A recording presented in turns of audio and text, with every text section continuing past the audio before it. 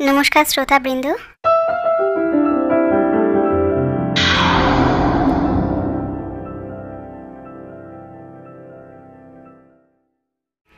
आज के आमरा जेने नेब मा बोलेছিলেন কিভাবে একজনের পাপ ও পূর্ণ অন্যজনের মধ্যে চলে যায় সেই ঘটনাটি। ঠাকুরের শরীর চলে যাওয়ার পর মা যখন কলকাতায় বা জয়রামবাটিতে থাকতেন, মার কাছে যে সমস্ত ভক্তরা আসতেন তাদের মধ্যে বেশিরভাগই গৃহী মানুষ। গৃহীদের তো অশান্তির রাজ্যে বাস, চিতাপ জ্বালায় তারা দগ্ধ, একটু শান্তির আশায় তারা সর্বক্ষণ ছুটে বেড়াচ্ছেন। এরকমই মায়ের কাছেও প্রচুর গৃহী ভক্তরা আসতেন এবং তারা বলতেন তাদের এই কষ্ট ওই কষ্ট, এক জ্বালা এরকম বলতেন। সেরকমই একজন ভক্ত মহিলা ছিলেন সরজুবালা দেবী।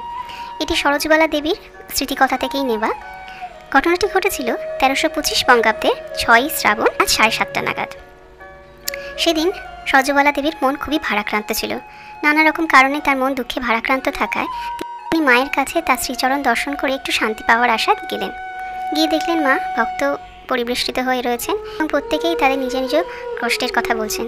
একজনের এক কষ্ট তো অন্যজনের আরেক। মা প্রত্যেকেই সহজ সরলভাবে প্রত্যেকের সমস্যার সমাধান করে দিচ্ছেন। এরপর হঠাৎ মা সরজুবালা দেবীকে বললেন যে এসেছো, বাইরে ভারী গরম, বসো একটু ঠান্ডা হও। এবং তার কিছুক্ষণ বাদে বললেন যে মায়ের পিঠে তেল মালিশ করে দিতে। বললেন দেখেছো তো আম্বা তার চুলকানিতে সারা শরীর ভুলে গেছে। তখন সরজুবালা দেবী মায়ের পিঠে তেল মালিশ করতেই যাবেন, এমন সময় ঠাকুর ঘর থেকে আরতির ঘণ্টা বেজে উঠল।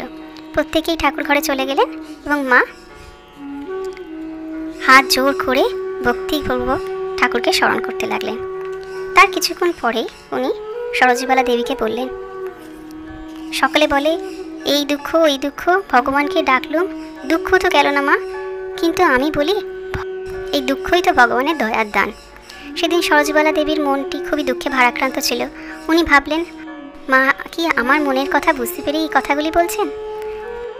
এর কিছু কথা বলার কিছুক্ষণ বাদে উনি বললেন যে একজন ভক্ত স্ত্রীলোক ঠাকুরের কাছে আসতেন। এই ঠাকুরের কাছে এসে তিনি তার নিজকৃত পাপের কথা একদিন সমস্ত অকপটে স্বীকার করলেন এবং তিনি পাপমুক্ত হয়ে গেলেন।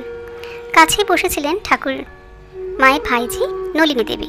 নলিনী দেবী বললেন কি বলছো গো মা, ঠাকুরের কাছে বললেন আর অমনি সমস্ত পাপ ক্ষয় হয়ে গেল।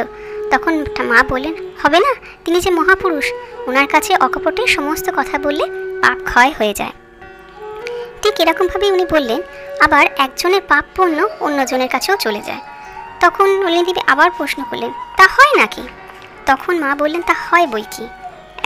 তখন তুমি একটা সুন্দর উদাহরণ দিয়ে বললেন, ধরো কেউ একজন তোমার কাছে তার পাপ পুণ্যের কথা বলে গেল।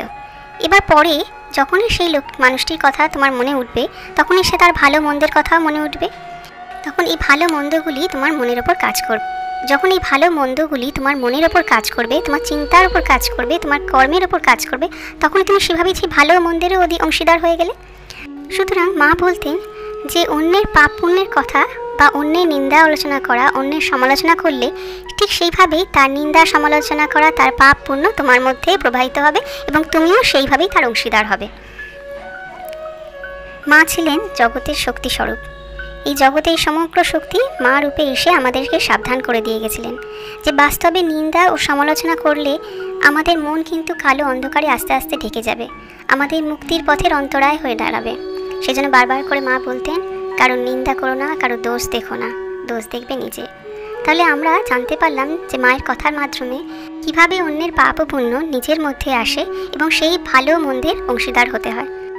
মা আমাদের জীবনে চলার পথে বহু সাবধান বাণী দিয়ে গেছেন, বহুভাবে নির্দেশ করে দিয়ে গেছেন যে কিভাবে আমরা এই সমস্ত কিছু থেকে মুক্তি পেতে পারি। আসুন আমরা সকলে তাকে স্মরণ করি, নিজেদের আধ্যাত্মিক মানসিক জগতের উত্তরণ ঘটাই। জননীং শারদাং দেবীং রামকৃষ্ণং জগদ্গুরু পাদপদ্মে তয়োঃ সিত্বা প্রণমামি মুহুর্মুহুঃ।